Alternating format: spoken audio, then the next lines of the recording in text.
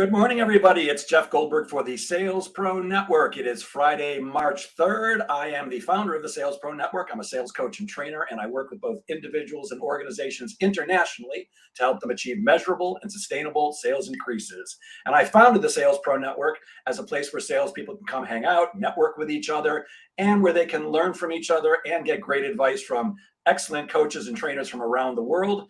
As you know, if you've been here before, every Friday at 10 a.m., we do a live interview with somebody who can add value to the profession of sales. And once again, my friends, I've come up with somebody terrific for you. If you're watching us live, please say hello in the comments. And if you're watching us live on Facebook and have not connected your account to StreamYard, it's just going to say Facebook user. So please include your name. If you're watching us on the replay, please put replay in the comments. And finally, if you have any questions for our guest today, please put those in the comments too, and I'll make sure we get them to him. And without further ado, I'd like to introduce you to today's guest, who has a few more than my 7,000 followers on LinkedIn. He's got almost 314,000 people who every day want to hear what this guy has to say. Mark Hunter is the author of High Profit Prospecting, and A Mind for Sales is his newest book, and he's also the host of the Sales Hunter podcast. It's my pleasure to welcome Mark Hunter. Good morning, Mark. Hey, thank you for having me on. Thank you for allowing us to finally work out a time. I'm doing this from a hotel room, but I'm glad we can be here today. So we're going to have some fun. I'm very excited to talk to you because I've heard your name for years. We've never actually met or had a chance to speak. So can we start out maybe with give us the 2 or 3 minute background of what brought you up to this point? Yeah, what brought me up to this point was I didn't have any desire to go into sales. Sales was not what I planned. In fact, when I was in college, I really wanted to be a disc jockey. Okay, that's a whole separate story. But I did not want to go into sales, and I only got into sales because of the police department. Yeah, the police department got me into sales. I got 4 speeding tickets in the course of about 8 weeks my senior year of college. Now, graduating from college shortly, I said, okay, I better go ahead and pay these tickets. I got to be a responsible person. So I did. Problem was, about a couple months later, my insurance company sent me a notice in the mail saying my insurance policy was going to go through the roof. And I had a little problem. I had a new car. That's why I got the speeding tickets. I had apartment rent. And now I had insurance that I couldn't afford. I couldn't afford all 3. So I had to get a job that supplied me with a company car. That is how I wound up in sales. And I was so good at that job, I got fired 1 year later. Yeah, so good. So I got a second job, second company car. I got fired from that job. I didn't even last a year. I lasted only about 7 or 8 months at the most in that job. It was finally in my third sales job, my third company car, that I finally began to figure out maybe a little bit what sales is. Yeah. So my journey in sales, hey, it's not like probably the majority of the audience, because I'll tell you what, very few people, if you're over the age of 30, okay, schools now have got sales classes, sales degrees, et cetera. But back in the Stone Age, back before there was dirt, there was none of that. And I don't think anybody wanted to grow up to be in sales, but hey, I'm loving it. I'm loving it today. Mark, I'm with you 1,000,000%. You're talking to a guy who my father, my stepfather, and both my grandfathers were all in sales, and none of them ever really made a penny. And I swore that under no circumstances will I ever go into sales. I took a job at a furniture store while I was in college part-time doing office work. And one day one of the salespeople didn't show up, and my boss said, "Hey, Jeff, go sell those people." And my response was, "I don't know how to sell." And here's what he said. He handed me a legal pad and a pen. He goes, "Follow them around the showroom, smile a lot." And literally, he went like this: smile a lot, find out what they want, bring it back to me, I'll give you pricing. That's sales. And 48 years later, I'm not only still in sales, but I'm training salespeople just like you too. Well, I got a smile story that you can run with. It was the third sales job, and I'll never forget it because I thought I was going to get fired from that job. I was called into my boss's office, and I thought I was getting fired. I mean, I thought I'm going to have to give up the company car and everything. And he made the comment because he asked me why I was in sales and so forth. And he said, quote, and when you're 23, 24 years of age, you've never heard this word before. He said, "You have the most dour face I've ever met." Whoa. And that was his whole point. You got to put a smile on your face, man. You got to engage the customer because they ain't engaging with you with that face. Dour. That's probably one you had to look up, right? That was one I had to look on. The word dour. I mean, come on, excuse me. You don't exactly run around and just use the word, "Hey, let's go dour tonight." No, I don't know. No, just doesn't happen.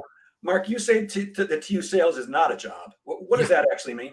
Well, because hey, here's the whole thing. It's not, sales is not a job. It's not a profession. Sales is a lifestyle. It is a lifestyle of engaging with people. It's engage. It's having fun. It's communicating.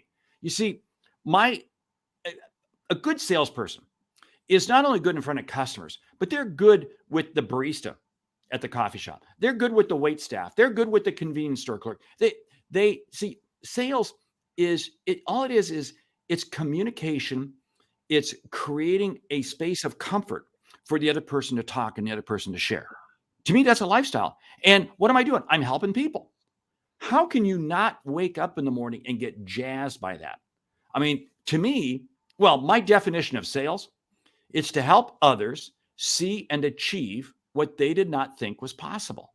Think about that for a moment. Definition of sales, according to Mark Hunter, is to help others see and achieve what they did not think was possible. That's pretty cool. So if you can do that every day in some manner, some form, you've had a great day. That's why I love sales. I love that. And what is Sales Hunter University? Yeah, that is my online program. In other words, we put, and of course, my whole focus is top of the funnel prospecting, because that's the cringy thing. People don't want to prospect. So a lot of the courses out there, and you can go out to the website, thesaleshunter.com, and we've got all kinds of courses out there, and we're constantly adding stuff. But what is it? It's about helping people. It's just, I want to help people be successful in sales, because like I said, I got fired from my first 2 sales jobs. I was probably on the verge of getting fired from my 3rd sales job because I had no clue what I was doing. 0 clue. Wow. We're only a few minutes in, and already marketing expert Mitch Tobel says, I like that. Thanks. He likes your definition. Good morning, Jason Collins, who's the bass player for one of my favorite Pink Floyd cover bands, Pink Floyd Nation. And somebody says, hello, Jeff Goldberg. Well, hello from me and Mark, Facebook user. If you'll put your name in there, we'll know who you are next time. So I say that sales is a conversation or a series of conversations leading to help the other person choose to do business with you. And you say sales is a conversation of putting the other person first. I think we're in agreement there. And I say if you ask the right questions and listen actively, your prospect will tell you everything you need to know in order to help them choose to do business with you. And you say the customer will lead you to the solution that they're looking for if we just allow them to talk. Do you think maybe we're onto something here, Mark? Yeah, we are, because here's the whole thing. So many times salespeople feel, I got to follow this exact script. I got these are the 18 questions I have to ask. And if you ask a top performing salesperson, they'll let you in on a secret. They let the customer drive. In other words, they let the customer control the conversation. Now, they know where it's going to go. I mean, they're going to guide it. They're not going to allow it to go off the road. But the more the customer feels they're in charge, the more open they're going to be, the more they're going to share with you. And ultimately, you can't sell them anything, unless it's going to help them solve one of their problems. That's simply what it comes down to. And how do you know what their problems are? You don't until you talk to them. But here's what's so interesting. Many times, customers don't really know what their problems are. They really don't. They think it's this problem.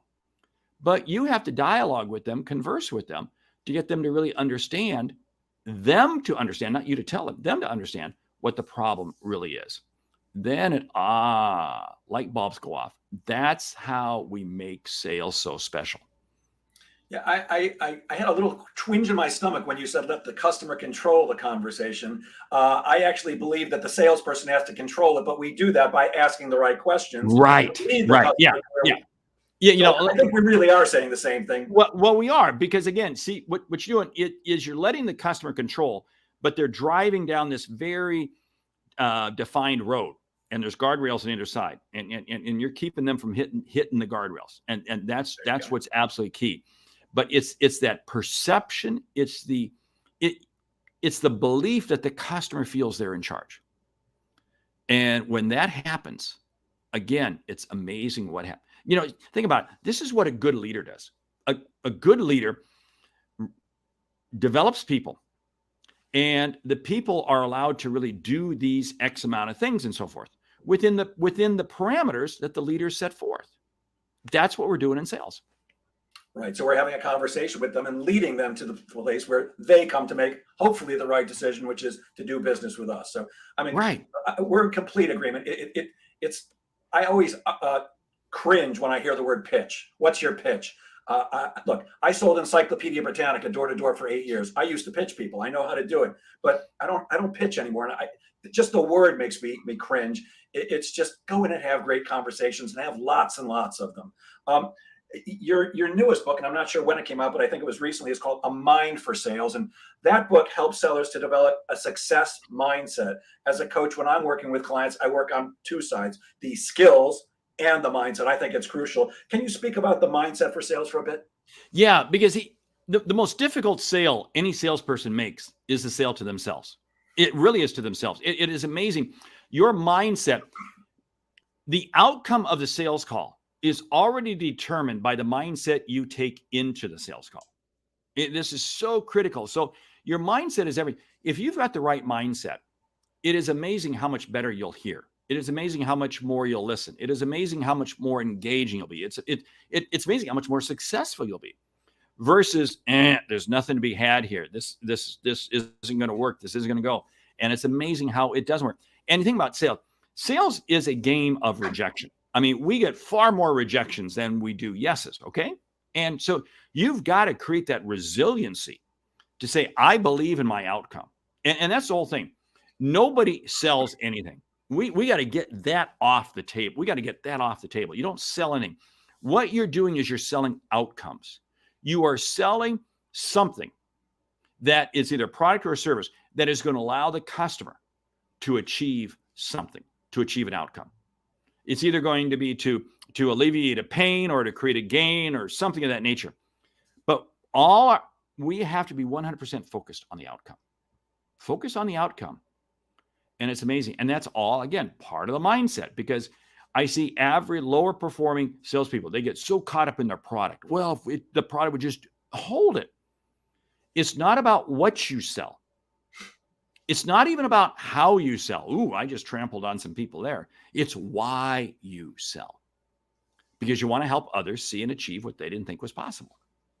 Yeah, again, right in line with my belief, which is sales is really coming from a place of service. I'm Yes. here to help you if I can, and I'll be the one to tell you if I can't. You won't have to tell me. But if I Right. can help you, I certainly am going to try to do that. And Jason Collins, again, my favorite bass player from one of my favorite Pink Floyd bands, says, I love when I get a no because I know that I'm getting closer to a yes. And yeah, a smart salesperson knows their numbers, right?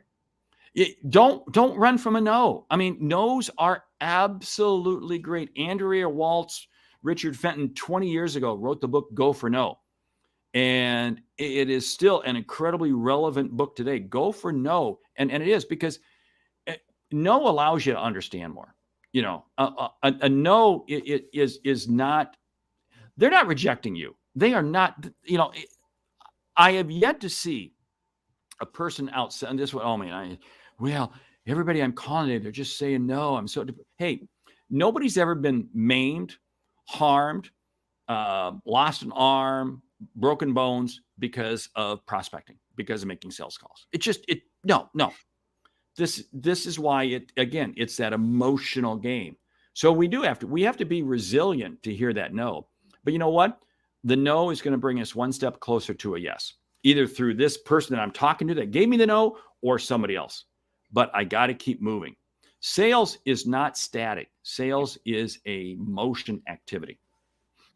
Yeah, I always say no is my second favorite word in sales, and I'm not there to fight with anybody. If no really means no, and there's a difference between the no that really means no and the no that means, gee, if I just have a little more information, maybe I'm going to come over to your way of thinking. But I'm fine with no. My favorite thing is when somebody really means no. Well, my second favorite. Yes is my favorite, but my second is when it really means no. Great. I'm glad we could invest this time together. Who do you know that I should be speaking with? And then I leave skid marks in their driveway getting out to meet the next person who may say yes. This is exactly. You can't. Could you imagine LeBron James? He misses a shot. Oh no, I missed a shot. I'm never going to take another shot again. No, put the ball back in his hands and he's going to take another shot. I mean, the most successful people in anything are the ones who fail the most. Got to keep tossing it up. You have to. You have to. Yep. So you have 5 sales fundamentals. What are those? And can you tell us a little bit about those? Yeah. Well, I mean, C plus C equals O equals P. What this whole piece is around the first C is what I call continuity. Continuity. You as a salesperson, the question I love to ask audiences is have you ever seen a Coca-Cola sign? Oh yeah, we've all seen Coke. Have you ever seen a McDonald's advertisement? Oh yeah. Yeah, you knew what Coke, you know in your mind what a Coke is, you know what McDonald's is, but look at how much money they spend on advertising. They are continuously reinforcing the message, continuously. Now, if you stop and think about that, if companies like Coca-Cola and McDonald's have to advertise so much to keep putting their message out there, I don't know about you, but I don't think there's too many people that know Mark Hunter. Hello. So I got to keep putting my message out there. So continuity is absolutely key. And the continuity comes through a number of different things. It's the emails I'm sending you. It's the phone calls. It might be the text messages. It might be social media messages. It might be any one of a number of different things. But I got to keep that out there because you have to reach a comfort zone that this guy's real. This guy is actually legit, which then takes us to the second one, which is competency. Competency is the fact that I'm sharing with you really good information. I'm sharing with you information that you want. Now, think about this from a sales standpoint. Somebody calls you up and they say, hi, you want to buy from me? Click, no. But if they call you up and they engage you in a question, engage you in a conversation relevant to what you're doing right now. Oh, wow. See what's happening? Person's creating competency building because they've taken the time to understand you. They've taken the time to learn to know who you are. This competency comes across not just in the information we share, but it really comes across in the questions we ask because we ask questions that are engaging. The mark of competency with a salesperson is when you ask a customer a question and they go, that was a really good question. I hadn't thought about that before. Love that. Boom. Now you're into something. So what does this do? So you have the continuity. It's the frequency. It's the messaging. You have the competency. Now you're demonstrating intelligence. That creates the next C, which is confidence. Confidence. You see, now that other person now has confidence in you. But you know what's interesting? Confidence is a two-way street. You have confidence in them and they have confidence in you. You see the magic of this? And when two people are confident together, it's amazing how much more genuine the conversation is. Now the conversation is absolutely genuine because, in the absence of confidence, and the next level of confidence is trust, because again, they absolutely trust you. In the absence of that, you really can't close a sale because the only way you're going to be able to close the sale is going to be on price. Not going to work too well. So what that does is if I do this continuity, competence, create confidence, now I get to the O, which is opportunity. Now I have the opportunity to serve you. Up until that point, I have not earned the right, the privilege, honor, and respect to be able to serve you. Opportunity is key. Now, opportunity might be that I've got a proposal I want to talk to you about, or I don't have a proposal because I can't help you, but I'm going to refer you to somebody else. So that's the opportunity. Opportunity is where the sale actually happens, which then creates P, profit. Profit is a good thing. I run into so many salespeople. Well, I got to cut my price. I got to cut my price. Excuse me, do you want to get paid nothing? People that, well, our prices are really too high. We need to cut them by 20%. Here's, and I love shooting this down right now. Say, person, well, yeah, our prices are too high. So we should really cut them by 20%. The problem is cutting the price by 20%. You don't cut the product. No, all you're doing is cutting the profit. Yeah, and you may, by cutting it 20%, you may cut the profit by 50%. And now guess what? There's no profit left to pay you. There's no profit left to invest in the business. There's no profit left to help the customers. No, profit's a good thing. And oh, by the way, profit cuts two ways because you and your company are making profit, but your customer is making profit because of the value they're receiving from it. Price is everything in the absence of value. Price is everything in the absence of value. Right. This is why we go through the C plus C equals O, because now I can put a proposal across the table to you that I'm understanding what is your value proposition. Example I love to share is I happen to be this morning in San Antonio, Texas, and I flew here on a plane yesterday. And I'm sure there were probably dozens of people on there paying all kinds of different fares, including mine. I paid a pretty high price for it because there was only one flight I could take because of my schedule that I could take. So I was willing to pay more, and I'm totally happy with it. Probably sitting in some other seats, there were grandparents who are going to visit grandkids or their kids or whatever, and they're going to pay the cheapest airfare possible because it really doesn't matter if they fly on a Thursday or a Friday. It really doesn't matter.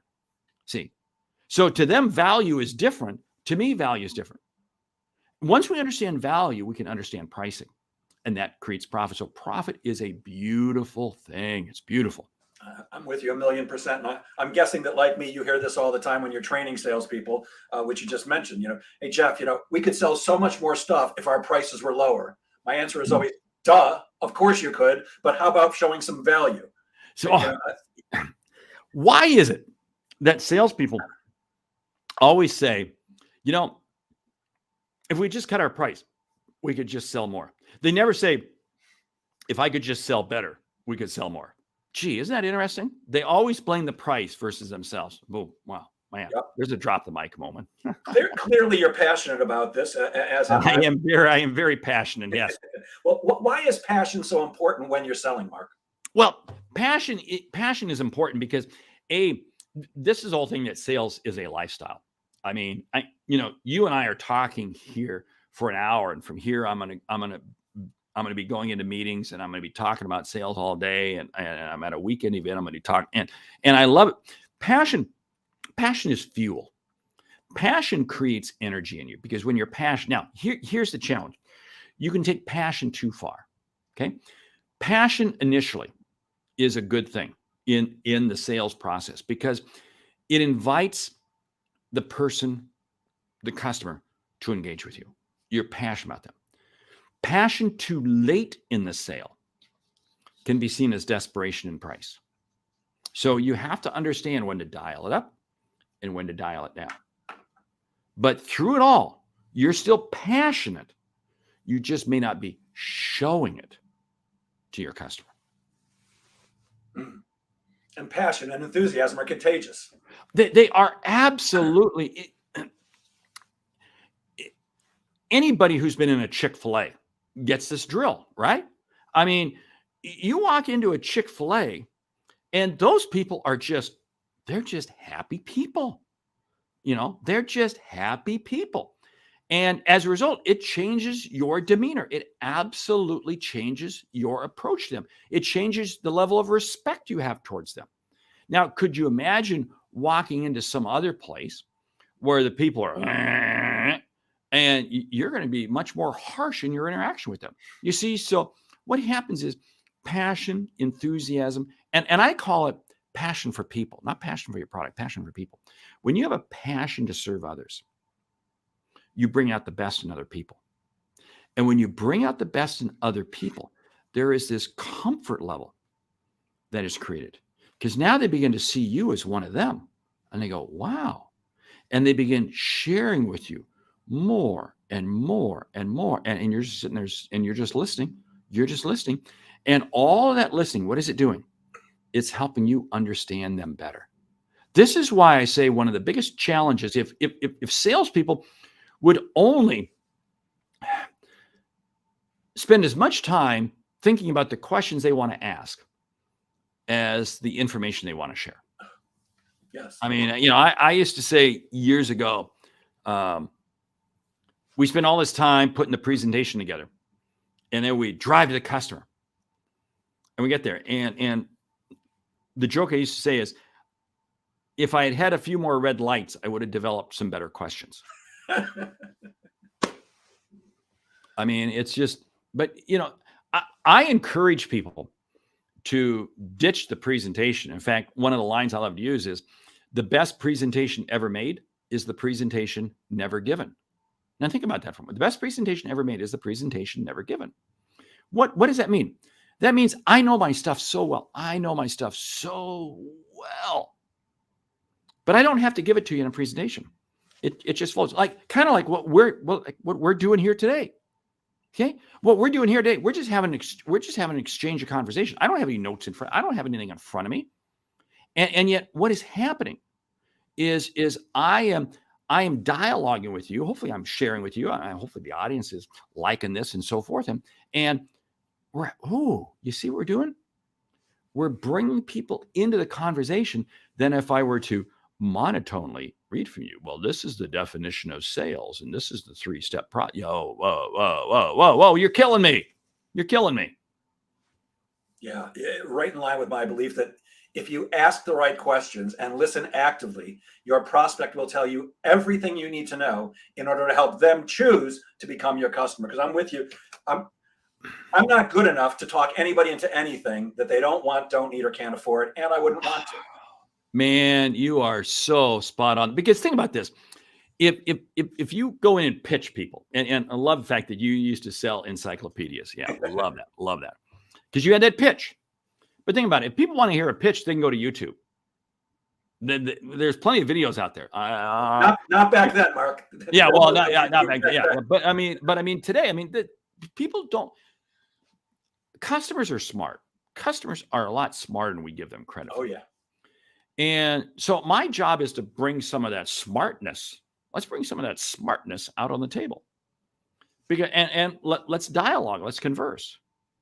I mean, I'll never forget. This happened years ago. I walked into a buyer's office late on a Friday afternoon, and I had my computer and put my computer. And he made a comment. He said, "Man, I have sat through some boring PowerPoint presentations today." And that was code for, Mark, don't open that computer up. Don't open it up. And it's amazing. I had a PowerPoint presentation. Oh, it was really good. It was so great. No, I just had a conversation. And it led to a significant piece of business. Yeah, I do not use PowerPoint when I'm selling. I certainly do when I'm training, but the only thing I use when I'm selling is I have a legal pad and a pen so I can take some notes, but it's just you and me chatting, my friend. By the way, I like what you said a moment ago. So many times I've seen salespeople that are trying to dazzle their audience with their brilliance. It's okay to be smart, but you don't have to impress people with that. What they really want to hear is, how are you going to help me? I mean, that's what look, I'm an old sales guy. You've got some gray hair too. I mean, you probably remember in the days when you say it's all about the whiffum. What's in it for me? Yeah, I got to run with that one for a bit because, the demo call has become so critical, especially in the SaaS world, the tech world, so the demo call. And you get that systems engineer, that sales engineer, custom engineer, whoever, and they want to dazzle brilliance. They want to just, oh, wow. And suddenly it's like, and the customer is just, the customer's turned off their camera. The customer is doing email. The customer is doing everything else but paying attention, because what's happening? Because the two engineers that are on the call are trying to upstage each other as to how brilliant they are. And they're sitting there sharing. And unfortunately, the customer's a pawn. The customer is just a pawn in this little game of chess. And it's a pretty lousy game of chess.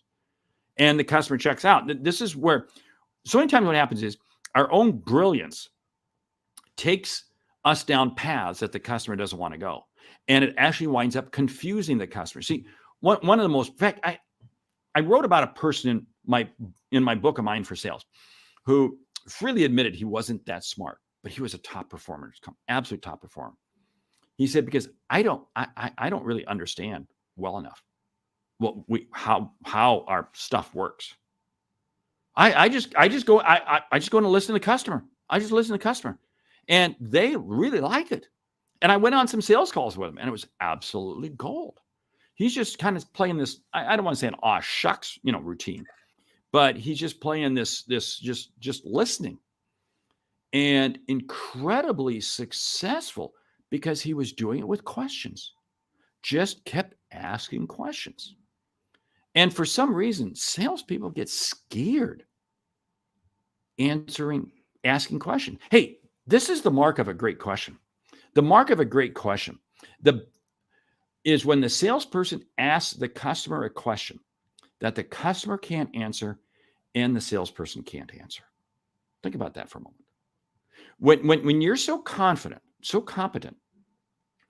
You can ask the customer a question that they don't have the answer to, and you don't have the answer to. What does that do? It forces a conversation. Boom. That's what you want.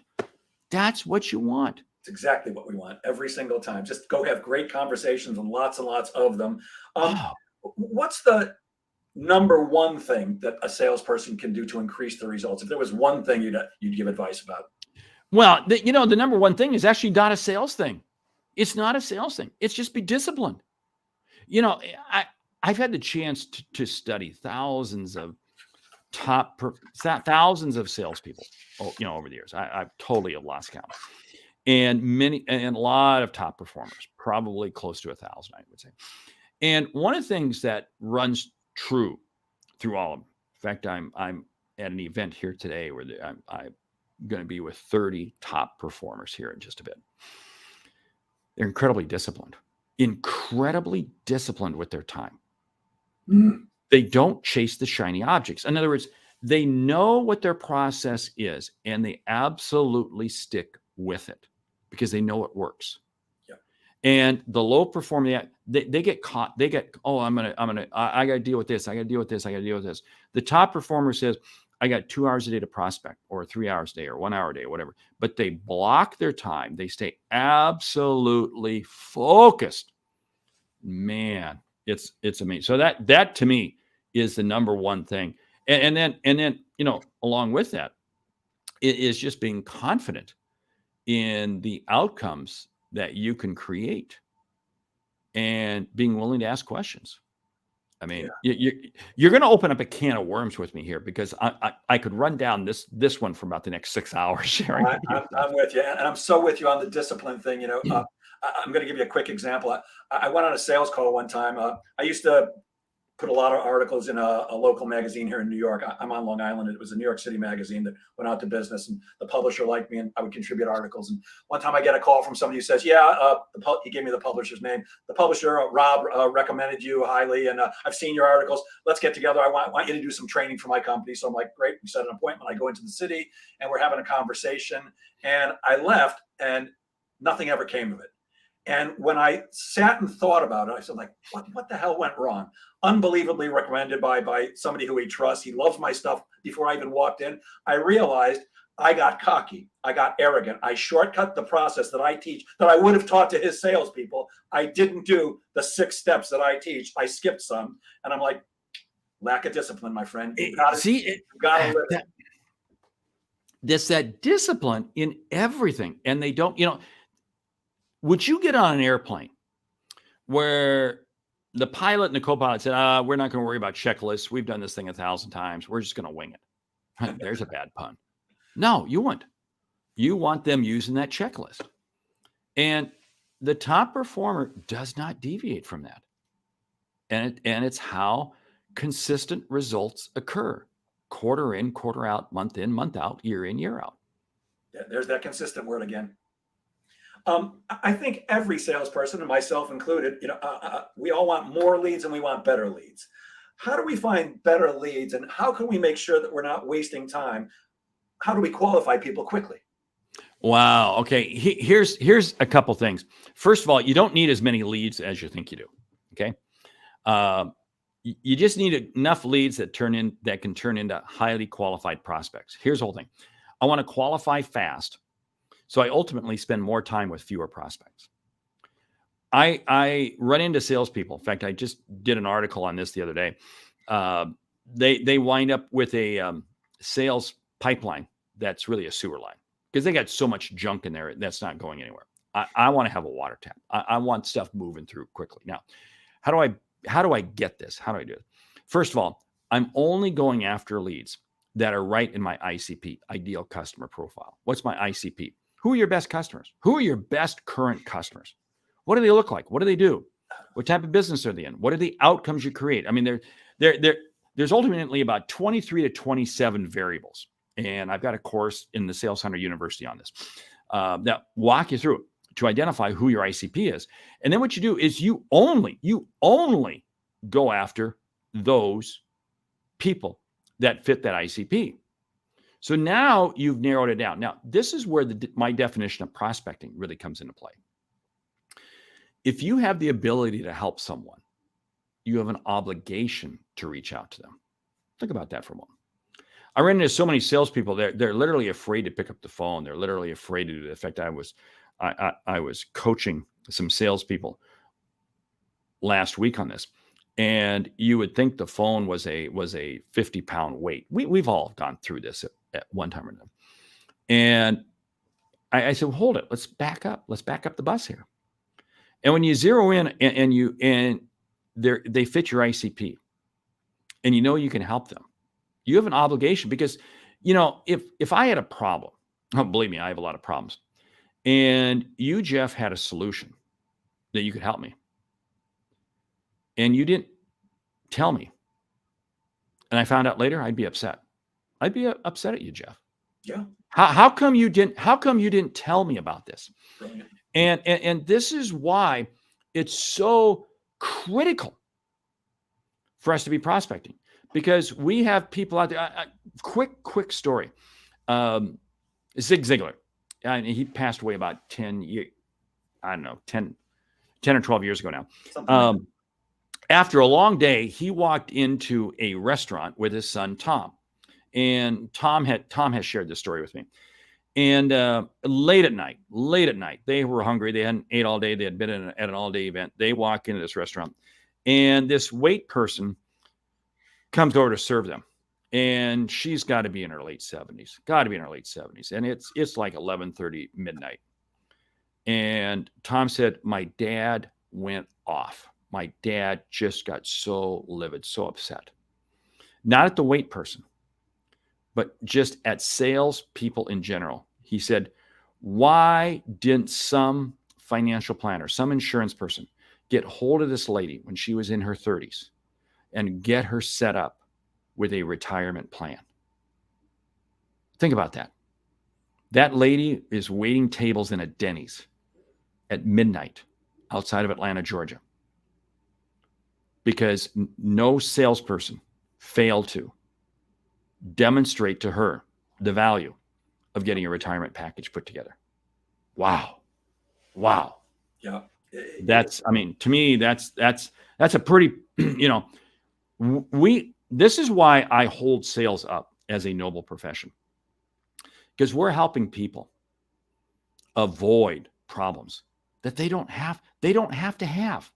They don't have to experience these, but we got to get in touch with them.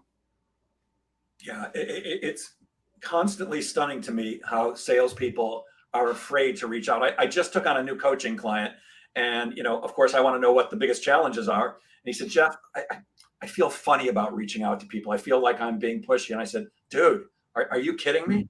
I said the exact same thing that you did, Mark. It's if you've got a product or service that actually helps people, not some ripoff, then you owe it to them and to yourself to reach out to them. You're doing both yourself and them a disservice. Now, they may not end up doing business with you, and that's okay. But you owe it to them to share with them what you might be able to help them with. To have that conversation. Yeah, and you say, well, I don't want to interrupt them. Well, of course you're going to interrupt them, because they don't know who you are. Of course you're going to interrupt them, because they don't know who you are. But that doesn't stop you from doing that. That does not stop you. Absolutely. Yeah. One of the things I think we also agree on is that cold calling is not dead. It's not my favorite thing to do. It's my favorite thing to teach, but it's not my favorite thing to do. But I still believe it's the most cost-effective and time-efficient way to fill your calendar with appointments if you don't have enough and if you do it well.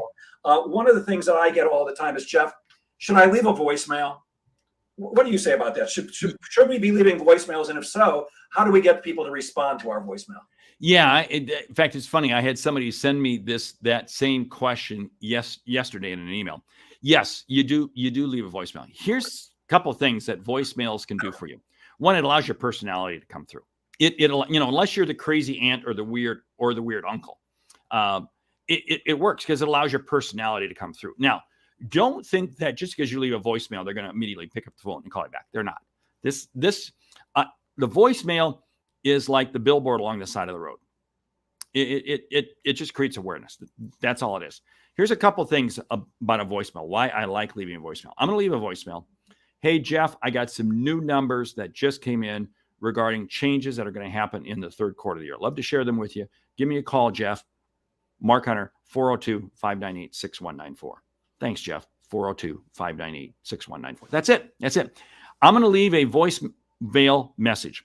That's going to be between about 12 and 15 seconds long. That's it. That's it. I'm going to let my personality come through. Now, a couple things are happening. The person may listen to it, and hopefully they're going to catch a little bit of my voice, but they're going to respect me because it's short. It's short. This is where it really comes into play. Short comes into play for two reasons. One, many voicemail systems now convert to text.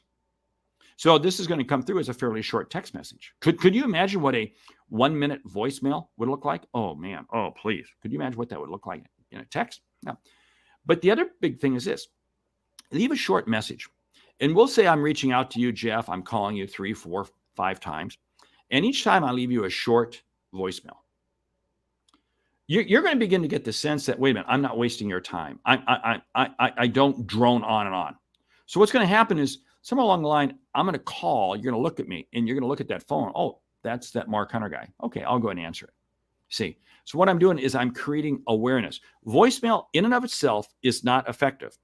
Voicemail is effective when it's used in conjunction with email, potentially social media, text messaging, the right industry, the right age group, et cetera, or various other mediums. I always believe in leaving a voicemail. Yeah, me too. And if you have not had this gentleman on your podcast, I would urge you to invite Jason Bay. Yes. Oh, Jason Bay is great. He was on my podcast early on, and great guy. Great guy. Prospecting, and he suggests that you don't even ask people to call you back on a voicemail. Just say, "Hey, Mark, this is Jeff Goldberg. I'm sure you're busy. You don't have time to call me back. I just want to point out that I sent you an email yesterday at 12:04. The subject line was increasing sales in Toledo, Ohio, or something like that." I can't say enough good things about that guy. But I'm with you. Why would you not leave a voicemail? I mean, right? They can't call you back if you don't leave a voicemail. So you might as well give it a shot. If I were to call you 5 or 6 times and never leave a voice message, I'm stalking you. Because, you're going to see it on the phone. Mark Hunter's called. Mark Hunter called. Mark Hunter called. Mark Hunter called. And you're going to say, forget Mark Hunter. Yeah. Who is he and why is he stalking me? Exactly. There you go. If it was important, he would have left me a message. Right. Yeah. There's another challenge that salespeople face when they're making cold calls, and that's the gatekeeper. Any advice?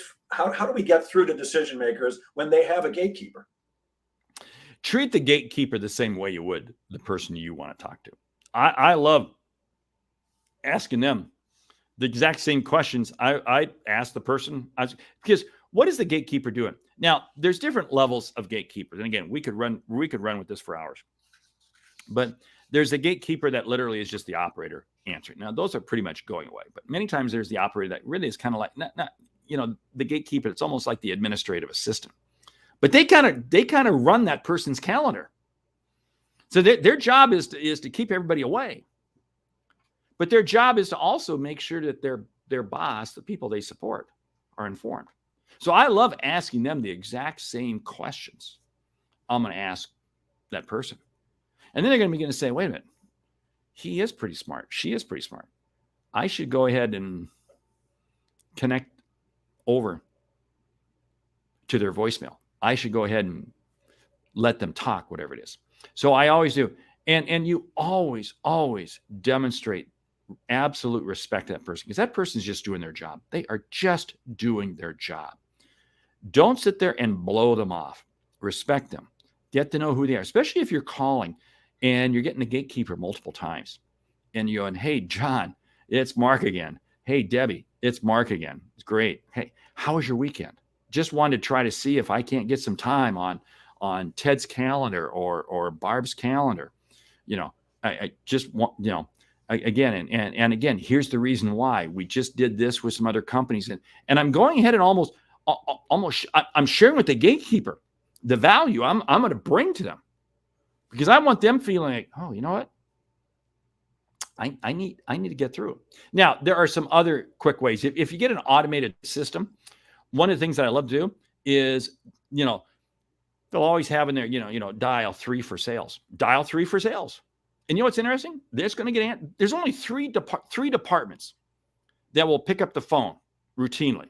Security, accounts receivable, Yep. and sales. That's it. That's it. So guess what? So I'm going to call sales. They're going to answer the phone, and I'm going to be right up front with them. Hey, I'm trying to get a hold of so-and-so. I'm looking for this. But hey, by the way, tell me about the types of customers you're looking for. How can I help you? I'm going to be genuine. I'm going to be real, but I'm going to make the offer that I'm going to try to help them. Nice. You know what's amazing? It's amazing how many times those connections wind up making things happen. Yeah, and it's beautiful. Plus you're talking to somebody who can relate to what you're doing. I'll actually tell somebody, look, I'm in sales too. I'm wondering if you could give me a little help. I'm right. going to talk to whoever you guys report to. I offer sales training coaching. Can you Right. help me out, salesperson to salesperson? I mean, it's amazing how when you ask for help and you humble yourself, that often people are willing to help. Yeah, and you never hesitate to say, hey, how can I help you? How can I help?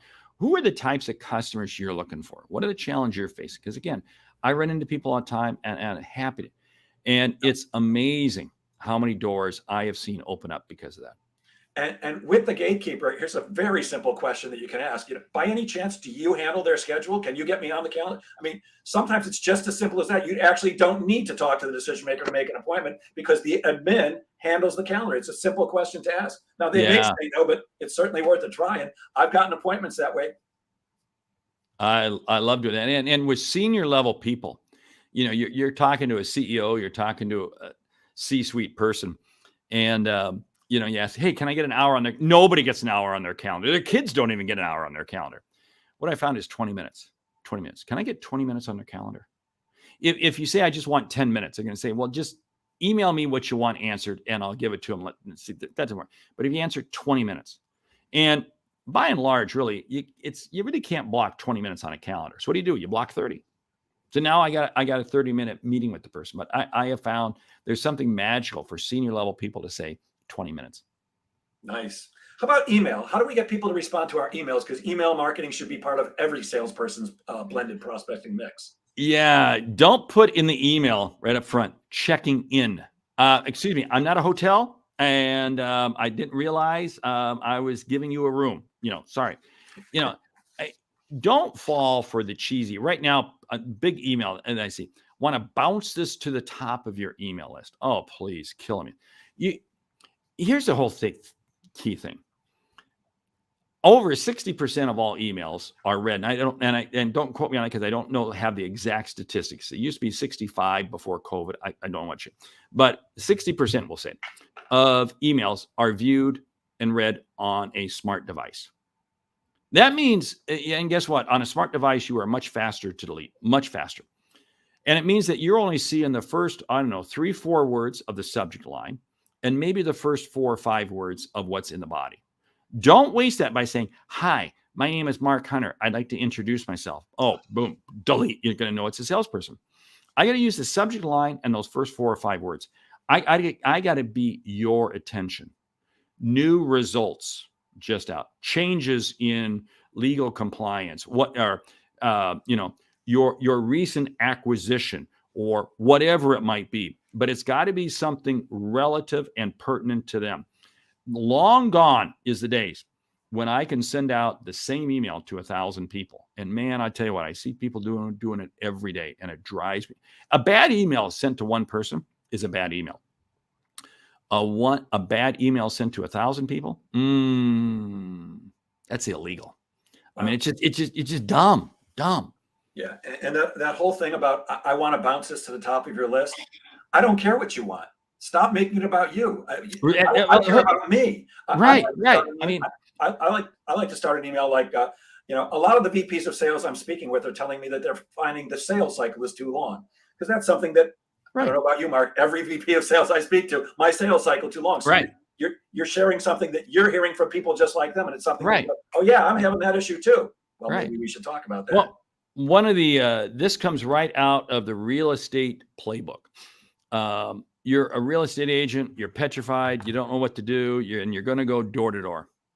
So what you do is you go door to door in a subdivision neighborhood, and you just ask questions. You just are asking. You're basically surveying. You're basically taking a poll. And you go through and you do that to the neighborhood. Then you get to come back around and now give people the results. Oh, guess what? Now you've got something pertinent to talk to them about. And guess what? They're going to talk to you. I mean, and again, that can work. I mean, it comes out of the real estate industry, but it can be used in any industry. Sharing with people insights that are relative to them, relative to their business. And then here's the magic word: opinion. Opinion. Everybody has an opinion. And if I can sit there and share these and say, hey, I'd love to get your opinion on this. Boom. It's amazing how people open up. Nice. Because that's what I want to do. You know, on that prospecting call, I'm making that cold call. My objective is to treat you like a bobblehead doll. You know, you got that bobblehead doll and you hit the top of that head and that's what you want to do. Your objective is to try to get that head moving, because I want to learn one piece of information from you that I can use in the next call. And I want to create a call to action to get a next step meeting. That's my objective. Because again, I'm interrupting you. To me, that's the most important thing that salespeople can do. Never leave a meeting or a phone call without getting that next meeting or phone call. You want to shorten your sales cycle? There's an easy way to do it. And you find out if the people that you're speaking with are actually interested, because so often people don't want to say the word no to salespeople. They say no by using a lot of different things, like not returning calls, not returning emails. But you gotta listen for the no. Yeah, well, and you know, that brings up. I hear more salespeople say, "Well, I've called them 4 times. I've left them 4 voicemails, and they haven't called back, so they must not be interested." No, you haven't had a conversation. You can't discount anybody if they fit in your ICP and you've had a conversation with them. This comes back to this whole qualifying. My objective in qualifying a prospect is I got to find out, is there a critical need that I can help you with?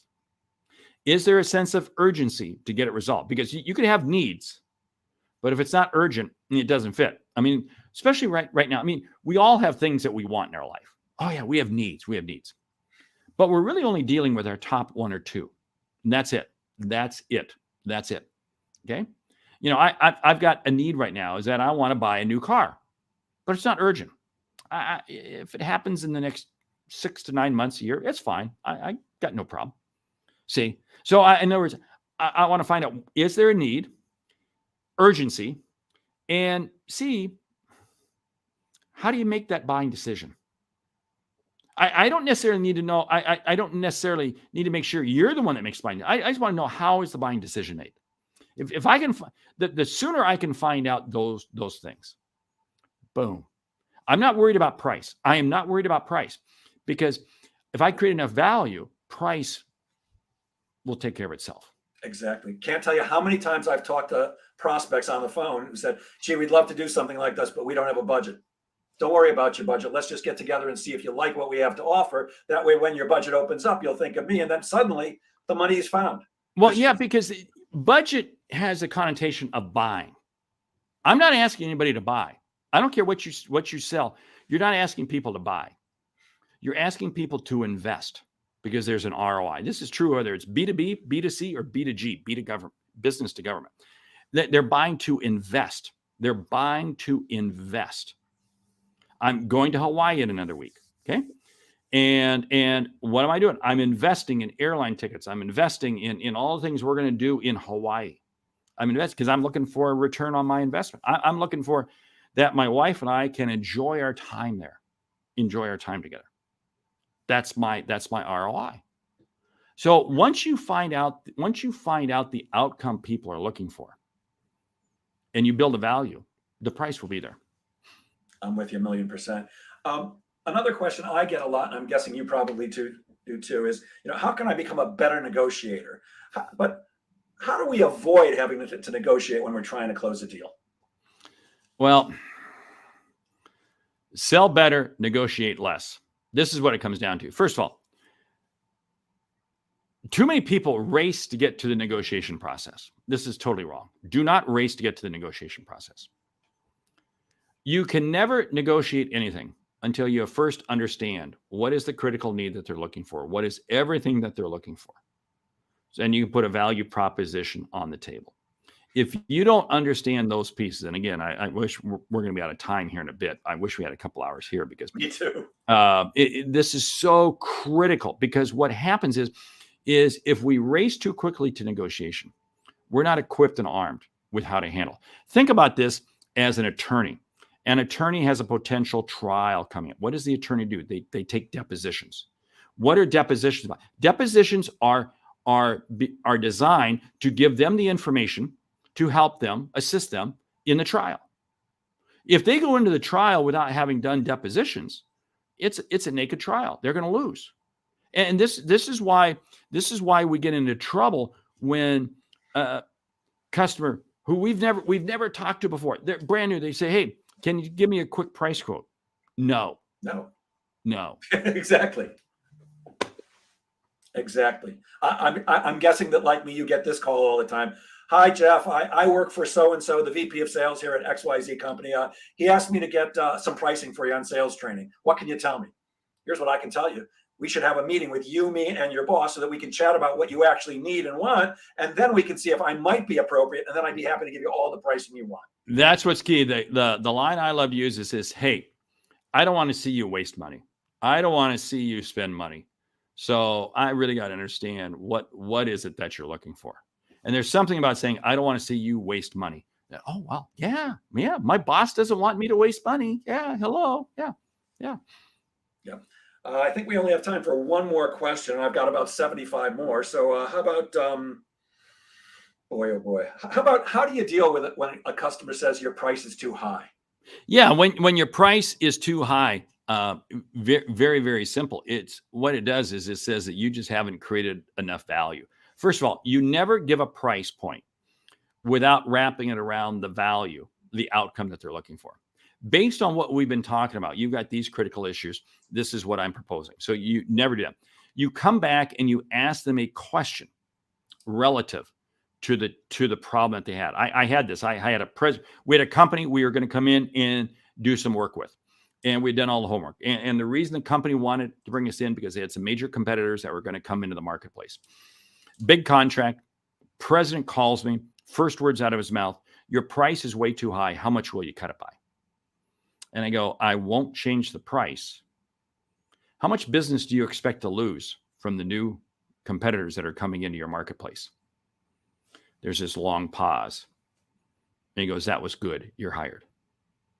I came back to the value, came back to what was the challenge they had, because they were going to lose a significant sum of business, potentially. My fee was chump change to help them bridge that. Yeah, I never ever worry about pricing, and I'm not sure about you, but I don't negotiate. When I give you my fee, that's my fee. You want to spend less? I got it. Let me introduce you to some of my competitors. Right. They work less expensively than me, and they're both my two main competitors are on the line. Right. Very good at what they do. Yeah. As soon as you start cutting your price, it becomes like drugs. You become addicted, and you will cut your price for everything. And you said it at the very beginning of the conversation. I'm not cutting my price. I'm cutting my profit. Right. I tell this to sales managers. One of the things you need to do is take pricing power away from your salespeople. Yeah, people cringe on that, but once they do it, it's the best thing they can ever do. Yeah, I don't cut my price because I've got 3 kids all in college right now. So Daddy still needs to make some money. Hey, Mark, I'm sharing my screen right now. Can you tell people how they can get in touch with you if they want to buy one of your books, talk to you, maybe take one of your courses? Yeah, the best way to see it, you have got right there, the saleshunter.com. That's the website. Jump out there. Hey, I also got the podcast, the Sales Hunter podcast, and another podcast I do, Sales Logic. I actually got 2 podcasts I do.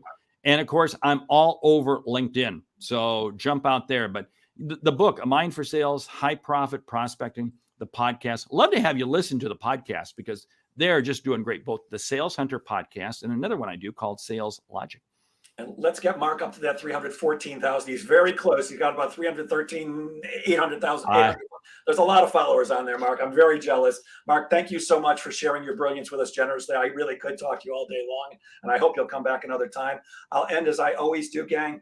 Please remember that sales is a game of making things happen. So get out there and make sales happen. Have a great weekend, everybody. Have a great weekend, Mark. Thanks again. Thank you.